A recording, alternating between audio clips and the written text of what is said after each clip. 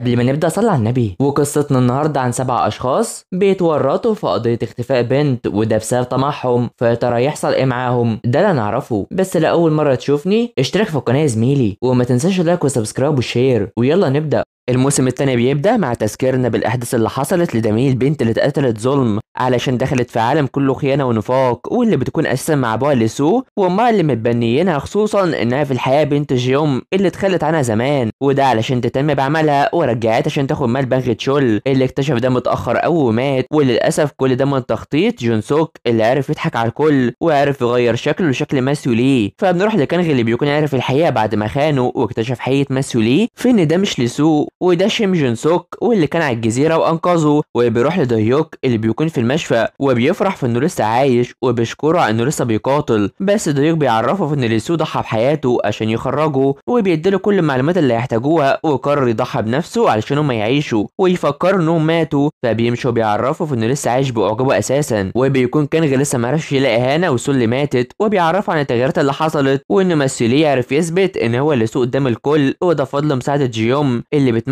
وكمان عرفوا يلاقي مال بنغتشول وخدوه، وانه بقى حاليا قدام الكل ان جون سوك ومطلوب للشرطه عشان ماسيولي زور كل حاجه حتى في الشرطه. وبيعرف ان كل ده فضل لوكا اللي عملها لسوق، هو لازم يتعاملوا مع الست دي اللي كانت مقربه من ابوه الحقيقي اللي مات، وان دي يعتبر عمته اللي كانت قريبه من امه، وعلشان كده هي تساعده. ومن هنا دايوك بيقرر يتعاون معاها علشان هي اللي انقذت حياته. وبتعرفوا ان تيكي تاكا بتشتري الباقي من شركات سونغ تشين ولازم يتدخل. ومن هنا لما بتعرض عليه المال بيرفضه علشان كل همه والتركيز على كل قتل لسوم واخوه، ولما يدمرهم ساعتها يساعد الشركات. وبيرفض انه يعيش بهويه تانية غيره بما انه هارب عشان هو لازم ينتقم لاسمه الحقيقي. فبنروح الاخبار عن ماسيولي اللي بيكون اشترى حاجات كتيره جدا، وبيمثل انه لسو، وبيتكلم عن دمي اللي ماتت نتيجه التزييف اللي حصل، واللي بيكون متابع الوجه الجديد ده واللي اسمه وانغ تشين. فبنروح يتجمع ماسيولي مع باقي مساعدينه، واللي بيقرر يدي لكل واحد فيهم 5 ملايين دولار علشان يعيشوا من جديد. بس بيكون لسه مش واثق في تشول وتشي علشان هما خانوه قبل كده، وفي الاخر بيوافق بفضل جيوم، بل ان هانموني بتكون لسه مش حباه، وجيمو بيبان في انه حبيبه لغايه ما يلاقي هانا وبعد كده يخلص عليه. فبنروح للجيم وكيل اللي بيقرر يخلي جيمو وجو يبانوا انهم متجوزين قدام الكل، ومحدش بيعرف يرفض لطلب. بس ان جيمو بيكون متضايق بشكل كبير علشان رافض يتجوز على حبيبته اللي ماتت، واللي بيفتكر كلامها وهي بتموت وعايزاه يهتم بهانا. وبيقرر يستمر في اللي بيعمله عشان ينتقم، بس لسه مش قادر يلاقي هانا خالص، وبيتأسف لبيانغي وبيبكي على انه مش قادر يعمل حاجه. فبنروح لتشيل اللي بتكون بتسكر مع تشول بعد ما فرحوا بالمال اللي معاهم، ولما حد بيرن عليه عشان يعمل اعلان بيتضايق عليه، وتشي بتلاقي انه بيتعصب وبيخاف من اي رنه من الفون بعد ما ماسيولي جاب له فوبيا من ده. فتشي بتروح تعزم الكل في المكان علشان هي معاها مال يقضيها باقي حياتها بدون عمل، بس لسه مش حاسين نفسهم علشان هما بيعتبروا عبيد عند ماسيولي. في المقابل هانموني بتكون متضايقه وما كانتش موافقه اصلا، وبتشوف اعلان التعرف على دهيوك اللي بتفتكر وقت ما اتصاب واتخلت عنه وراحت مع ماسيولي وسابته، وبتقول انها مش ندمانه على اللي عملته عشان كان لازم تعيش وبتبكي. فبتخلص وبتروح تتابع امها في المطعم، وفجاه بتشوف هانا اللي بتكون شغاله معاها اصلا بعد ما راحت ليها وهي بتبكي، وبتصدم ان بنتها موجوده مع امها. وبتروح لامها بتعرفها في ان ليه البنت دي معاها وازاي مش عارفه هي مين، وبتسالها لو كانت بنتها علشان يشبهها وهي صغيره، وشايفه في انها حفيدتها. بس هانموني بتفضل تتعصب عليها وبترفض، وامها بتعرفها في ان لو كانت بنتها فانكارها مش هيفيد، وبترفض انها توديها دار الايتام حتى لو هتكون في خطر عشان مش هتعيش متخفيه دايما. وعلشان كده هان بتروح تعرفها في انها تحتفظ بوعدها ومش عايزه اي حد يشوفها ولا تقول اسم هانا ولا اسم هانموني، وده اللي ما بتتفق معاها فيه علشان البنت دي اللي بتديها الامل في العيش ومش عايزه تاخدها وبتمشيها على طول. وهان بتفضل مركزه في المكان وهي مرتبكه وبتجري على طول، فبتروح تسحب المال الكتير ده وبتكون هتروح تدي لامها، بس بتلاقي ان المطعم مقفول وبتكون عايزه تدخل عشان تديها المال، وبتفضل خايفه كتير وعايزاها تفتح بس محدش بيعبرها اصلا، وعلشان كده تفضل تبكي وبيكون مش في بالها اي حاجه غير الخوف على امها، وبتتاسف لها جدا. فبيعدي اليوم مع ديوك اللي بيروح المكان ده مع كانغ عشان يتخفى فيه، وده بفضل يونغ عمته اللي جهزت للحاسوب على اعلى مستوى، وبتكون بعت الاجزاء الخاصه بالشركه في المنطقه الحمراء تيكي تاكا، وبيروح يفكروا في كلمه السر اللي سابها ليهم لسو عشان هي اكيد سهله، والحال ان الدخول للوكا صعب جدا عشان هو قوي ومش اي حد يعرف يدخله. وعلشان كده ديوك بيفكر بيفكر في ان الفلاشه دي هي سر الدخول للوكا بشكل مباشر وبيخططوا باللي هيعملوه. فبنروح لجو اللي بتروح توري اولادها متجرهم الجديد اللي بيفرحوا بيه وبتعرفهم في ان يبقى عندهم اب قريب، وطبعا قصدها على جيمو، وبتكون مرتبكه تقول لهم، بس بتعرفهم في ان يبقى جيمو، وبنتها بتكون حباه جدا عشان هو ده الاب اللي كانت عايزاه، وبيفرحوا هما الاتنين وبتفرح على فرحه اولادها. فبيعدي الوقت وبتروح تتحضر للزفاف عشان هي بتلبس الفستان لاول مره، وتشا بتكون معاها، وطبعا جيوم هي المتحكمه فيهم، وتشا بتعرفها في انها تشتغل في تيكي تاكا بس لسه مش عارفه منصب ايه، وعايزه تعرف كي بيفكر في ايه. وبتلاقي ان تشا بتغير على جيمو رغم انه جواز مزيف مش حقيقي اساسا، واولادها بيجوا فرحانين بيها كتير وبيكونوا مش حابين تشا اللي بتمشي تروح لتشول. فبنروح لجينمو مع كي وبيعرفوا بالعمده جانغ عشان ده يبقى النائب بتاعه، واللي بيتريق على كلامه وبيثق فيه علشان ماسيولي وصاب ده، ومن الواضح ان كي ناوي يسيطر على كل حاجه. فبنروح لجول اللي بتحضر بيت الزوجيه والطعام لجيمو، واللي بيروح ينضم ليهم وبيعرفوه بالطعام الكتير، وبيلاقي ان الاطفال بيهتموا بيه، بس انا بتخيل هنا وبينغي معاه وبيقوم هو متضايق على طول. ولما بتروح وراه بيعرفها في ان ده جواز مزيف فبلاش تهتم بيه وبتكون خايفه لا يجرح اطفالها، بس بيمشي على طول. فبنروح لماسيولي اللي بيتكلم مع جيم وبيكون عين جيمو بجانب جانغ عشان يراقبه، وبتخليه يروح يقدم معلومات باعتباره انه والد دميه، وبيروح بيمثل قدام الكاميرا وهي بتفرح انه بقى زيها، بس الحقيقه ان التمثيل ده بيفرحهم، وبيكون كل ده من تخطيط جيوم اللي بيوعدها ان هيديها 10 مليون دولار كهديه لو نجحت في المشروع ده. فبتخلص وبتروح تفرح بالنجاح اللي بتحققه، بس بتلاقي الهارد ده واللي بتفتكر انها خدته وقت الهروب واللي عليه كل الفضايح، وبتقرر تشوفه وبتلاقي في ان فيه كل المعلومات عن دميه، وبتروح تشوف فيديو وفاتها وهي خايفه كتير، بس اللي بيكون مصورها وهي بتموت عن طريق جنسوك، وبتكون رافضه تعترف على اي حد من عيلتها ولا حتى جيوم اللي بتكون شايفه رغم اللي عملته في انها شخص طيب. وده بيعصب شمسوك